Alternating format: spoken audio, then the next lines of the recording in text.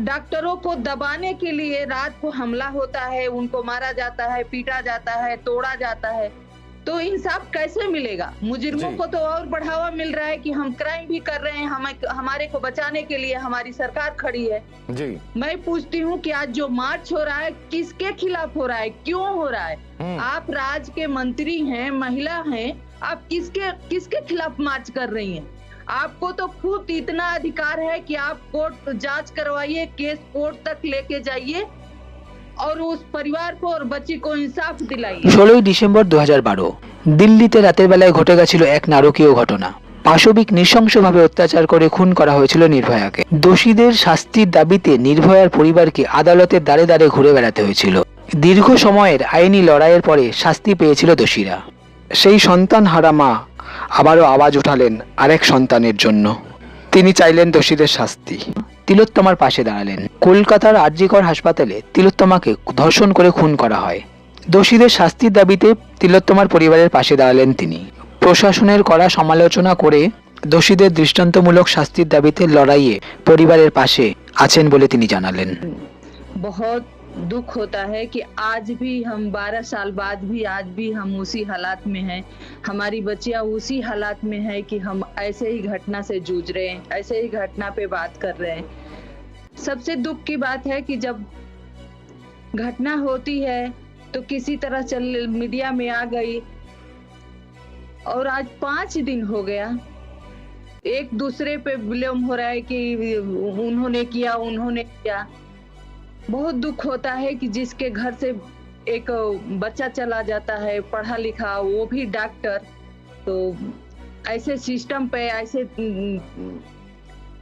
समाज पे बहुत तकलीफ होती। बच्ची के साथ हैवानियत हुई है और वो भी हॉस्पिटल के अंदर, वो भी एक डॉक्टर है कि अगर हॉस्पिटल में एक डॉक्टर सेफ नहीं है, एक डॉक्टर महिला सुरक्षित नहीं है, तो नॉर्मल बच्चियों का और महिलाओं का क्या होगा? आज तो हॉस्पिटल में है बच्ची, उसके साथ घटना हो गई, कल को वो बाहर रहती तो ये होता कि वो लड़की ही ठीक नहीं है, घूमने गई थी। लेकिन मैं ये पूछना चाहती हूँ कि 5 दिन बाद हम पहुंचे कहाँ हैं? सीबीआई के हाथ में केस गया, 12 बजे रात को उसमें गुंडे आते हैं, सारा तोड़ फोड़ करते हैं। बच्चे आवाज उठा रहे हैं कि नहीं, बच्ची के साथ हैवानियत है, हमें इंसाफ चाहिए, क्योंकि आज वो बच्ची का ही नहीं है। हॉस्पिटलों का तो ये हाल है, खासकर सरकारी हॉस्पिटलों का, कि अगर मरीज किसी हालत में हॉस्पिटल पहुंचा, नहीं बचा, तो फैमिली वाले डॉक्टर को ही मारने लगते हैं। आज वो महिला मरी है, कल पुरुष मरेगा। तो डॉक्टरों को दबाने के लिए रात को हमला होता है, उनको मारा जाता है, पीटा जाता है, तोड़ा जाता है, तो इंसाफ कैसे मिलेगा? मुजरिमों को तो और बढ़ावा मिल रहा है कि हम क्राइम भी कर रहे हैं, हमारे को बचाने के लिए हमारी सरकार खड़ी है। जी मैं पूछती हूँ कि आज जो मार्च हो रहा है किसके खिलाफ हो रहा है, क्यों हो रहा है? आप राज्य के मंत्री हैं, महिला हैं, आप किसके खिलाफ मार्च कर रही हैं? आपको तो खुद इतना अधिकार है कि आप कोर्ट जांच करवाइए, केस कोर्ट तक लेके जाइए और उस परिवार को और बच्ची को इंसाफ दिलाइए। और एंगल से भी जांच होनी चाहिए, क्योंकि ये घटना एक आदमी के बस का नहीं है, एक आदमी ये नहीं कर सकता है। इस तरह से बच्चियों के साथ क्राइम हो रहा है और जिस तरह से हालात पैदा हुआ है, बिल्कुल फर्क नहीं है। आज भी अगर हम बच्चियों की सुरक्षा की बात करें तो आज भी हम 2012 में ही खड़े हैं। हम इंसाफ की बात करें तो केस हो गई, चलो हमारा बस केस पे नहीं चलता है, लेकिन आप हमारे जो सिस्टम है उनका ये तो होता है नहीं कि साफ सुथरा जांच कराएं, साफ सुथरा केस को कोर्ट तक जाने दे, तब तो किसी को इंसाफ मिलेगा, तब तो कोई लड़ेगा। लेकिन यहाँ तो ये लग रहा है कि यहीं पे मारो, तोड़ो, फोड़ो, खत्म कर दो। जी सरकारों का तो ये हाल है, तो किस तरह से मुजरिमों को सजा मिलेगी, किस तरह से हमारी बच्चियां सुरक्षित होगी? मेरे को एक दिन उनके पिताजी से बात भी हुई थी, मैंने उनसे कहा था कि आप अपने आप को संभालिए, क्योंकि अब बच्ची नहीं आएगी, लेकिन उसके इंसाफ के लिए आपको खड़ा रहना पड़ेगा। हम लोग जहां भी हैं वहां से आवाज उठाएंगे, आपके साथ रहेंगे।